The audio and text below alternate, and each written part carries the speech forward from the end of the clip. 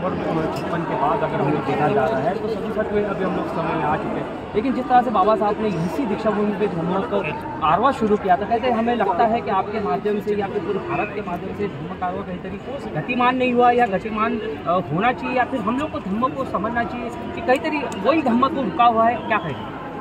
मैं समझता हूँ जो लोग इस विषय पर काम कर रहे हैं वो बहुत बड़े पैमाने पर इस काम को कर सकते हैं और उनका एक लंबा प्रयास भी है। आज अगर दुनिया में धर्म की बात हो रही है या यहाँ के से बाहर जाके भी लोग धर्म के साथ लड़ रहे हैं या लगातार उनकी संख्या बढ़ रही है, तो ये एक प्रयास है। और जैसा मैंने कहा वो प्रयास लगातार जो धर्म का काम कर रहे हैं, हमारे जो बनते हैं बहुत भिक्षु लोग, मैं उनको बधाई देता हूँ कि वो एक बहुत बड़ा काम कर रहे हैं। आज जो सरकारें हैं वो कई तरह की मुसीबतें कठिनाइयाँ जब वो धर्म के काम को आगे बढ़ा जाते हैं खड़ी करती हैं।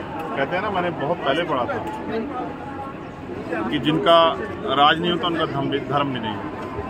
तो जिस दिन हमारा राज यहाँ इस देश में आया था उस दिन हमारा धर्म का काम तेजी से आगे बढ़ेगा, और जब तक हमारा राज नहीं आता, जिनका राज नहीं होता उनका धर्म नहीं होता, तो तब तक हमारा धर्म का काम धीरे धीरे आगे बढ़ेगा।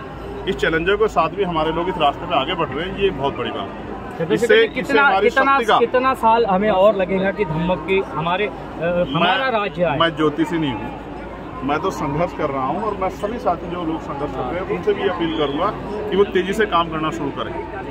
फिर मैं आपसे बात करूँगा, ये काम ज्योतिषों का है कि भविष्य बताना भविष्य में क्या होगा। बाबा साहब अम्बेडकर ने कहा 21 सदी हमारी होगी, 21वीं सदी का वो कौन सा साल होगा बाबा साहब ये नहीं कहेंगे। उनका एक ये मानना था कि मेरी किताबें, मेरा संघर्ष, मेरे भाषण पढ़ के हमारे लोग जागेंगे। तो लोगों को जगाने काम है, जैसे हमारे सारे लोग जाग जाएंगे वैसे ही हम राज की स्थिति में आ जाएंगे। एक बहुत बड़ी सच्चाई मैं लॉर्ड बुद्धाचरण के माध्यम से बताना चाहता हूँ। देश में जब हम केंद्र की सरकार चुनते हैं तो 58 या 60% पोलिंग होता है और 35 या 36% वोट लेके केंद्र की सरकार बनती है।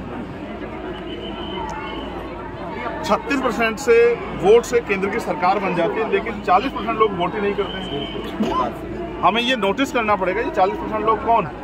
वो लोग जो शासक वर्ग हैं या वो लोग जो इस प्रजातंत्र में, जो राजतंत्र में भी गुलाम थे और जो प्रजातंत्र में भी गुलाम जैसा जीवन जी रहे हैं।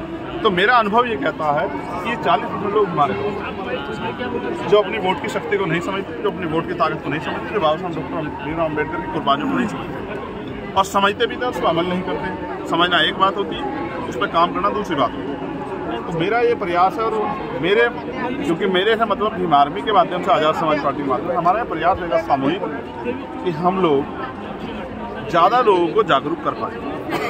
देखो लोग वही हैं जब बाबा साहब ने तैयार की, जिन लोगों ने बाबा साहब के साथ धम्म की दीक्षा ली उनको ये भी नहीं पता था इसके परिणाम क्या होंगे। बस बाबा साहब के ऊपर भरोसा था, अपने नेता पे, उसकी नीयत पे, उसकी नीति पे भरोसा करना पड़ता है। एक समय आएगा, परिवर्तन होगा, परिवर्तन प्रकृति का नियम है।